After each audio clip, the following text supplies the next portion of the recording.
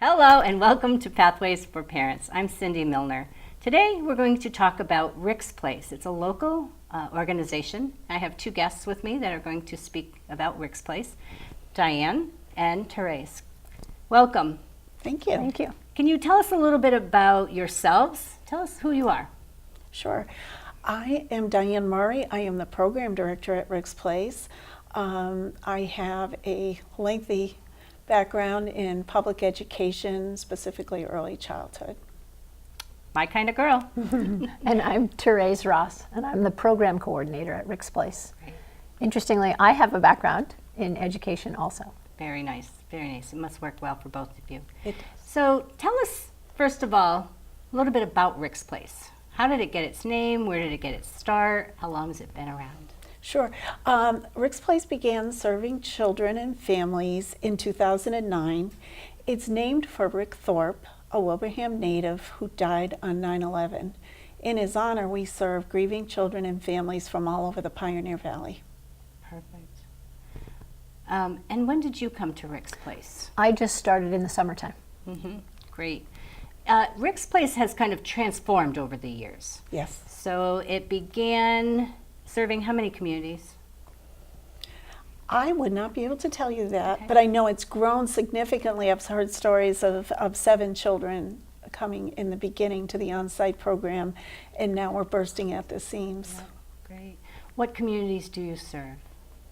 We serve the entire Pioneer Valley. Okay. So we have children from Ware all the way out to West Hampton, Westfield. Westfield, Great. and And into the Berkshires?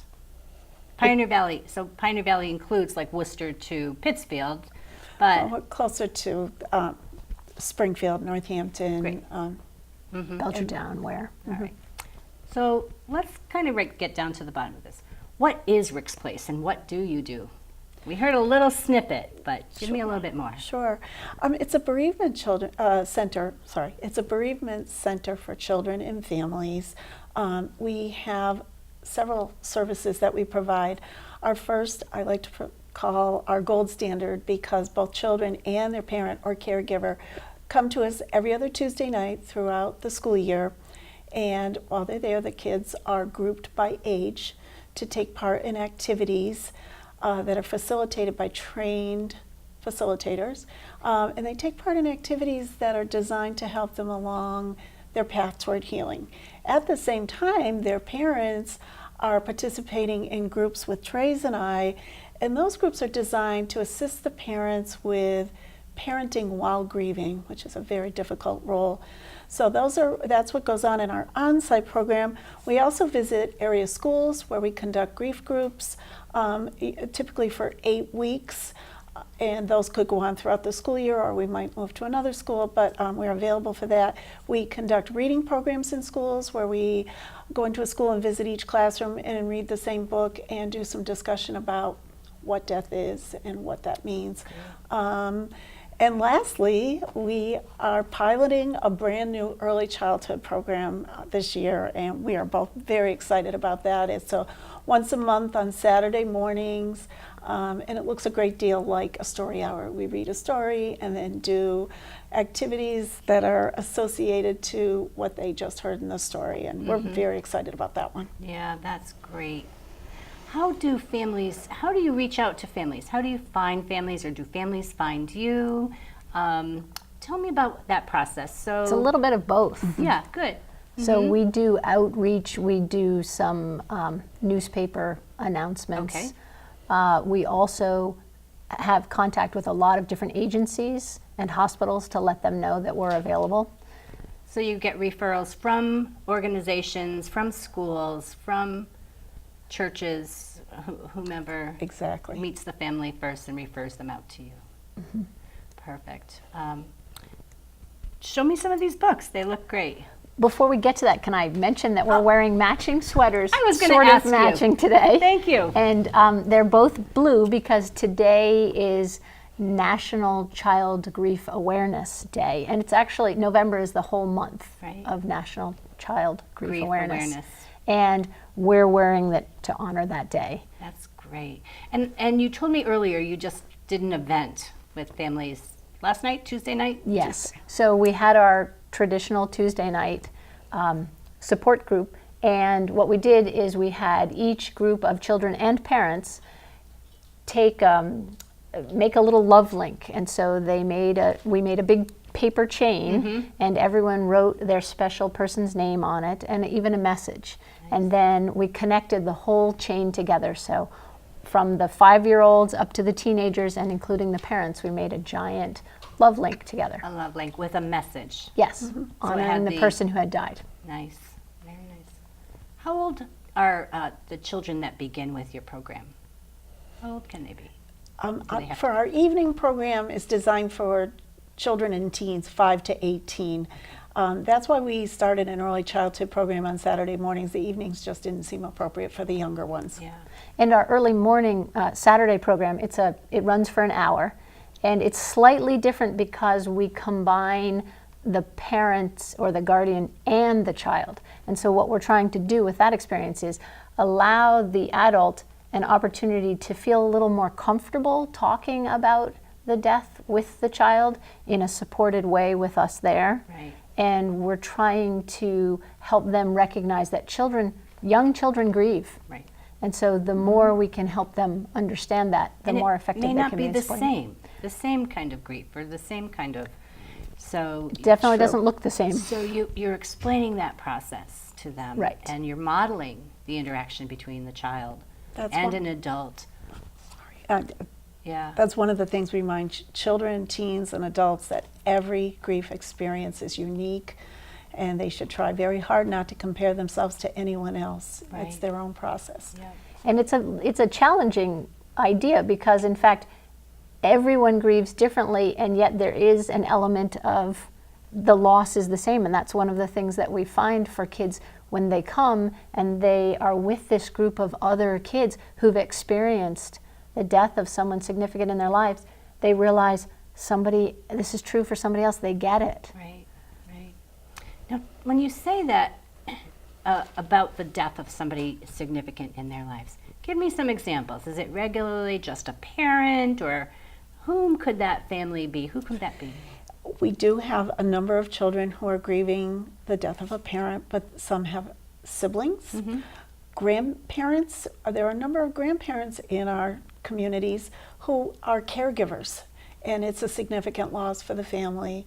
So that's most of what we see. And they're caregivers because the parent has passed away, and they are Or may not be caring for available, the child. Are not available Right. to care for the child. Exactly. Very nice.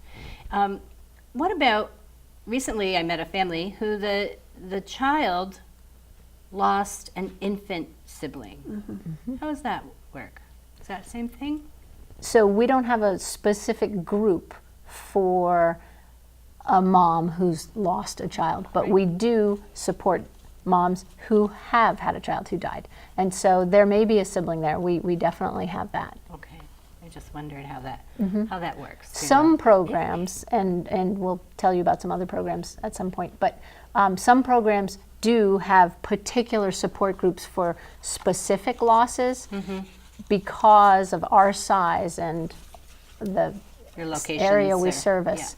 Yeah. We don't have enough. You can't spread Right, yourself that exactly, thin, huh? exactly. I'm sorry. I We get that. hope- right. Yes. So what I love too, let me just pull this up. This is your logo, Brochure. your brochure, your logo. I love that because when I see this, I can then quickly identify without even reading it what it is, who it belongs to. And I love the artwork. Love the artwork. Did the artwork come from someplace that you know? From the children that participate. Yeah, very nice, very nice.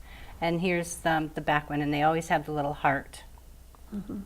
Yep, I love that. Even your business cards have that same logo, which is great because I can follow it. I know what it is. If I see it quickly, I'm like, oh, place has been there.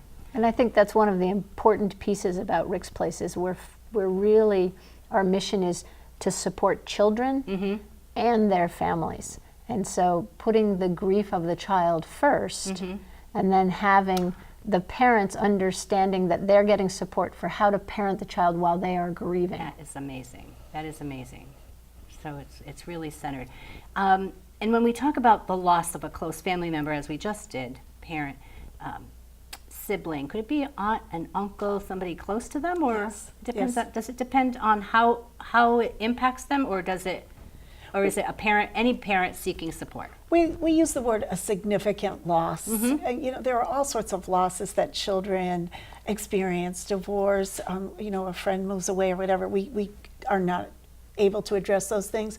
But we do have two families with us on Tuesday nights where there was an aunt who was helping to raise the children, was living within the household. It made perfect sense for those families to join us. Right, that's great to know. And part of what we do when a family is referred to us or finds us, we have an extensive intake process where we do an interview and we discuss with the person who's come in whether we're an appropriate program. Right. So we don't offer counseling, we're a support group. Your support. But you certainly, I would imagine, have resources that you refer families to beyond what you do with the family in the center or at the schools. Absolutely. That if they need further counseling, Yes, that you're willing to help them through that. we do. We have a list. We have a very large book of resources available to families. We have some excellent agencies in the area that do provide grief support and counseling. And we find that many of the children and caregivers really benefit from taking part in our program combined with some individual counseling or therapy. Sure, I can certainly see that. And you're very local. I wanted to just say that you're very local. Where are you located? We are at Post Office Park in specifically a building called the Kids Village in Wilbraham. It's not far from the Springfield line, but I would love to take this moment to emphasize that there's a common misconception that because we're in Wilbraham, we only serve Wilbraham. So I do want to repeat. Right. Everyone You can come to have us. a large catchment area. Excuse Families me. can come from anywhere, but your evening or your programs in the site are in Wilbraham. Right, and all of our services on site, in schools, are free of charge. That's important. We're very fortunate to have a lot of wonderful donors. In fact, our space, we're so fortunate because there's a pediatrician's office and a dentist's office, and they allow us to use their building and their space to run our groups. And we share it. Right. With your We share pathways, it. yes. So for our parent cafes, I Yes. have to get in there before you guys do it. I'm not kidding. I'm kidding. So that is a great space. Kids Village in Wilbraham is a nice space. Very warm and friendly too. I love the kites and all of the pictures. It's great, and the fish tank And very accessible. I've Very visited accessible. other programs that are not, so we're very pleased to be able to Yes, offer that space. And speaking of funding, your donors. How do you raise money? How are you funded? Multiple sources. Excuse me. We do 3 major fundraisers each year, a golf tournament in September. We're right now conducting an annual appeal. We've mailed to almost 500 households. And we're getting a great response, which is wonderful news. In February, we have an event, which was at one point a gala. I remember that. We're moving to a new theme. This year, it's going to be a trivia game night, very casual and sort of a cabin fever relief kind of night. So we're excited about that. We write grants. The Diocese of Springfield funds a grant to us and pays for all of our school programs. I heard you recently received one. I want to applaud you for that. It's terrific. Yep, that one, we're still waiting for permission for the big announcement, Yep. but yes. Okay, I got a Diane gets preview. all the credit for that. She does I'm on the inside this time. fantastic Yes, grant writing. yes. That's great. So there are a lot of really good things going on at Rick's Place. And the value. The value is there. So that grant writing and showing your mission and the outcomes that you give the children and the families is so great. Very good. So you have a pile of books. Can we do. Take one and tell me about Sure. how you use these? Well, we have a pile of books because what we know is not every book works for every child. right? And, well, you would know that from your education background.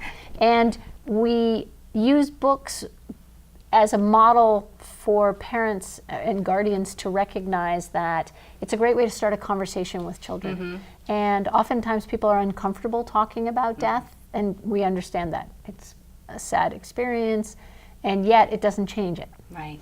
And so we have a whole bunch of different books that we use in many different ways. And interestingly, we even use picture books with our teen groups. Yeah, who doesn't fall in love with a picture Exactly. book, right? Exactly. It's like we start at our birth with them, and now we're, Right. my senior mother-in-law used to read picture books too because we couldn't get through the language and the reading. Right. But beautiful pictures, beautiful illustrations. And sometimes we don't get very far past the title. And sometimes we read an entire story. The Fall of Freddie the Leaf. Great book. It Sounds is. like a great book. It I is. haven't read it, but it sounds is. like it's great. That is a great one. beautiful. And so there are a Name- whole bunch of different ones. Some of them are much more story-ish. So if you look at Freddie the Leaf, it's a story about a leaf. It is teaching a lesson. Right. Age appropriate. Yep, and it crosses all the ages. And this one, Lifetimes, is all about death in a very broad sense. That's what the cycle of life is. It includes Okay. death. Yep. And then if we look at another one, When Dinosaurs Die, this is a very detailed one with lots of specific facts about death. So it's And- approaching the actual language. Exactly, Yes. exactly. I think parents would find a good selection at their local library, but I would definitely recommend that they pre-read the book Yes. and make certain that whatever is detailed there agrees with their family values and traditions. Some might go in perhaps a religious direction that doesn't agree with their belief system. So always pre-read, but there are some great titles out there. Yes, that's great. And one of the reasons we really encourage that adults share the books with the children is because we know that for children to talk about the loss is what helps them heal. And so that takes practice to talk about it. So that brings me to a question that's kind of, I think at this time of year, we're approaching holidays, memorials, or whether it's Veterans Day or a birthday or a holiday. And so I think pre-reading is one of those great things. But then how else do you help families broach the holidays? We did a theme with our adults just this past Tuesday talking about surviving the holidays because it becomes almost a survival skill. Right. And they each give each other tips and they help each other out. And one family talked about maintaining the traditions they had always upheld, but moving them to a different site. That was safe one for of the them. suggestions. yeah. Others have chosen completely new and different traditions. Some folks with Thanksgiving so centered around food might choose to always have the favorite dish of the person who has died, and then make sure you talk about that person. And I reminded them, and we talked a great deal about how it's okay to laugh. Remember how much she or he loved to joke, and maybe everyone tell a joke. So our parents and our kids are great support systems for one another. Yeah.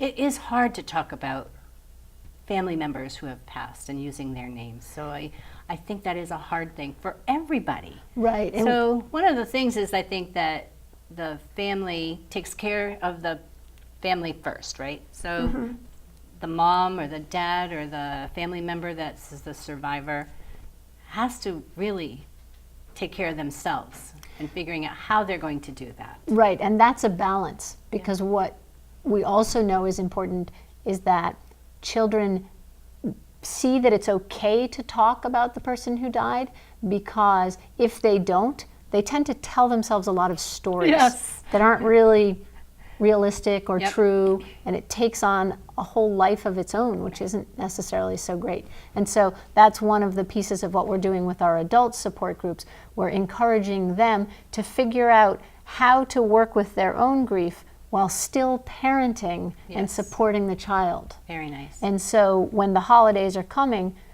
if they're making decisions, if the grown-up is making a decision about what will or won't happen at the holiday time, we do encourage them to figure out what they can share with the kids about their decision making so that the kids will be a part of the process. And really taking some cues from the little ones, taking the cues from them. What do they remember? What do they want to remember? We do work with some children who do not remember Okay. perhaps their parent.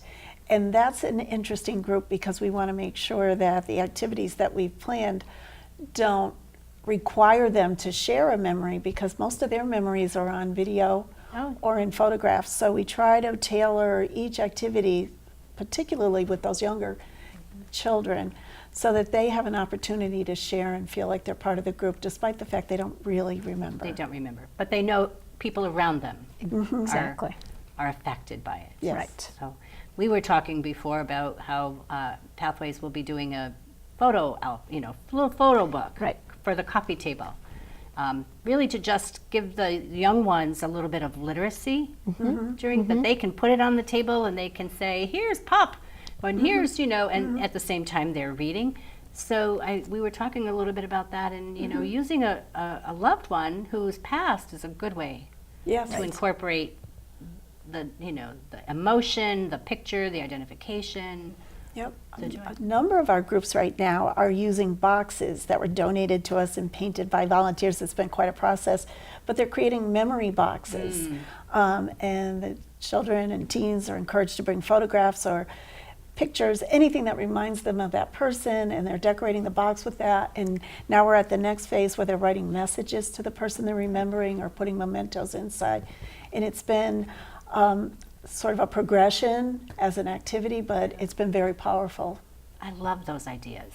I love that you're sharing that with us today and that, people watching can then get their own creativity going. How do we bring this, even if the grandparent passed away or the parent passed away 10 years ago, and the child is, now 6, 7, 10 years old, those are things that they can do. Right. We had a family who shared with us the idea that at their Thanksgiving meal, what they started last year was not just an I'm thankful, but writing on a slip of paper what they're thankful for about the dad who died and having all of the relatives who were there share something so that the kids felt that everybody was remembering their dad. Perfect. That's perfect. You brought up an interesting topic and one that we really expand upon when we train our volunteers, and that is that grief takes on different meaning for kids as they go through development.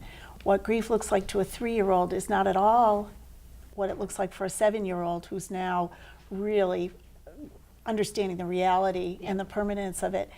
And we have to understand that a child or young teen at 13 who experienced a death much earlier in life could still be actively grieving because they're at a different place.